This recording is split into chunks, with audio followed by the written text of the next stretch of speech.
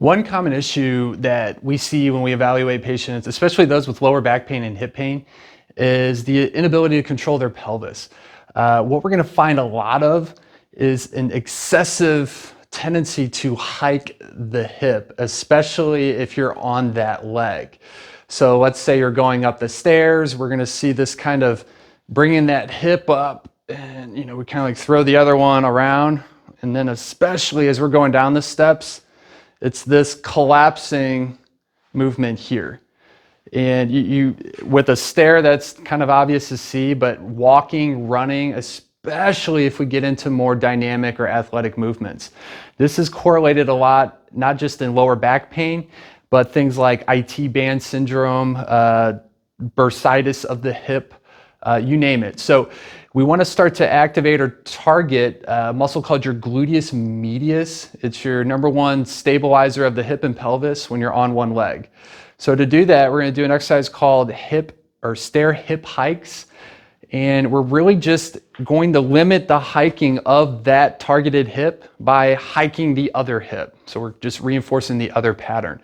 So what you're going to do is you're going to find some stairs, and then I like to hold on to something just to get a little bit of balance to start. And so what I do is I hinge forward a little bit. My knee's not totally like locked out straight. There's a little bend to it. I make sure my core is engaged, my foot, everything's just primed for movement here. And what I'll do is I just let the other foot drop down. And so you'll see that this side of the hip is dropping down, and now I'm going to push into the step and raise it up. So I go down and then up, down, up. So this is more of a motor control type exercise at this point.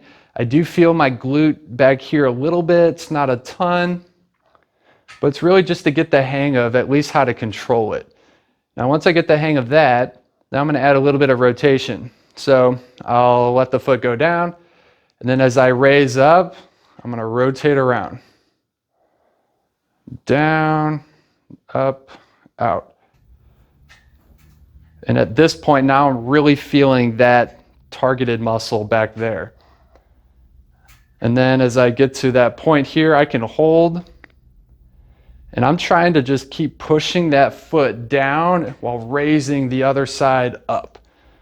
It's almost like I'm like dislocating my hip. I'm trying to just pull it out of the socket there. Make sure you're breathing, make sure you're using your core, and then I'll slowly come back down and then up.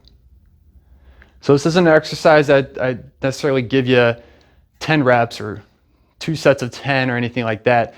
I want you to be slow and controlled, so at this pace throughout the whole movement. So it's more time under duration. So could you do this continuously for 1 minute? Slow, controlled, hold, then come back. And as you get better, you'll be able to do it for a little bit longer, and then you increase the time. Once you get to the point where it's a little easier, then you can take your balance away. I drop down, elevate, out. Down, out. So definitely a great exercise, really feel the burn there. But most importantly, once you feel how to do this and control the hip in this manner, just use those concepts in everyday life. So going up and down stairs, stepping off of a curb. Once you really get the hang of it, you might save yourself a lower back or hip injury in the future. So these are called stair hip hikes. If you got any questions, just let me know.